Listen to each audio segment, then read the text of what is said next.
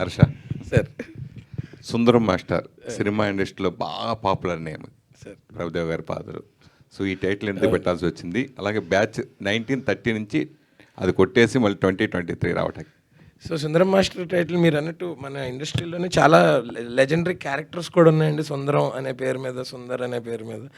And Raviteja గారికి కూడా he really like the title. చెప్పంగానే ఆయన అప్రూవ్ చేస్తారండి. So that is the reason మేము సుందరం మాస్టర్ అని ఫిక్స్ అయ్యాం.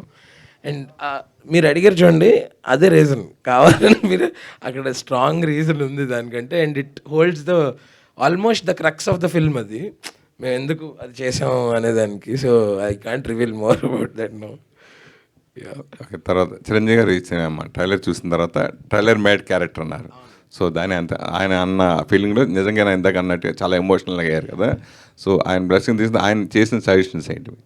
సో అంటే ఒకటే చెప్పారండి, మీరు కంటెంట్ బేస్డ్ ఫిల్మ్స్ చేస్తూ ఉన్నంతకాలం మన Telugu audience is beautiful audience which will definitely encourage anybody and everybody. Content ఉంటే దే వుడెంట్ మైండ్. సినిమా వారం వారం ఒక హిట్ వచ్చినా మన వాళ్ళు దాన్ని ఖచ్చితంగా చూస్తారండి. సినిమా బాగుంటే డెఫినెట్గా చూస్తారు అనే విషయం ఆయన చెప్పి మా అందరికీ that gave us a lot of boost అండి. ఈ కథలో ఆ ఊర్లో నల్లగా ఉన్న వాళ్ళంటేనే ఇష్టం ఆ ఊరు వాళ్ళకి. సో అలా మీ రియల్ లైఫ్లో మిమ్మల్ని బాగా ఇష్టపడిన వాళ్ళు, అలాగే మీది అది మనం అనుకుంటే రాదు, అలా జన్మ అలా వస్తుంది అది. సో మీకున్న కలర్ మీకు జీవితానికి మీకు ఎలా తోడ్పడిందండి? నేను ఫస్ట్ దాని గురించి ఏం రిగ్రెట్ అవ్వనండి. అంటే నేను ఎలా ఉన్నా సరే నేను నాలాగా ఉండడం అనేది ఇంపార్టెంట్ అని ఫీల్ అవుతుంటాను. నేను నాలా ఉన్నందుకే నన్ను చాలామంది ఇష్టపడ్డారు, లేకపోతే నా చుట్టూ ఉన్న వాళ్ళు ఇవాళ నాతో ఉన్నారు. So I don't think size, colour or anything should be a matter. అంటే నా ఒక్కడికి కాదు, ఇది చూస్తున్న వాళ్ళందరికీ చెప్తున్నా.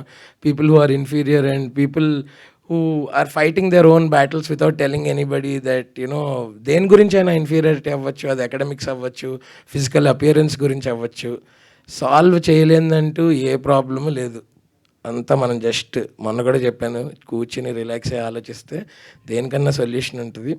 మీరు అన్నట్టు ఇనిషియల్గా నాకు కొంచెం ఇన్ఫీరియారిటీ కాంప్లెక్స్ ఉండేది బికాస్ ఆఫ్ ద అపియరెన్స్.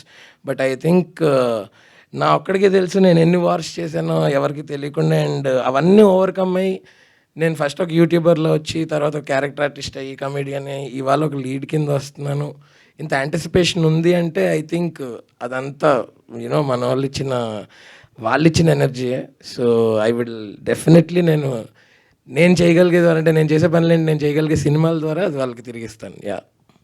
ఎలాంటి బ్యాక్గ్రౌండ్ లేకుండా వచ్చిన చిరంజీవి గారి దగ్గర తర్వాత మిమ్మల్ని కూడా ఆయన చెప్పడం, తర్వాత సునీల్ కానీ వీళ్ళందరూ, సునీల్ వరుసగా హీరో పక్కన లీడ్ చేసింది ఎక్కువ ఆ తరంలో.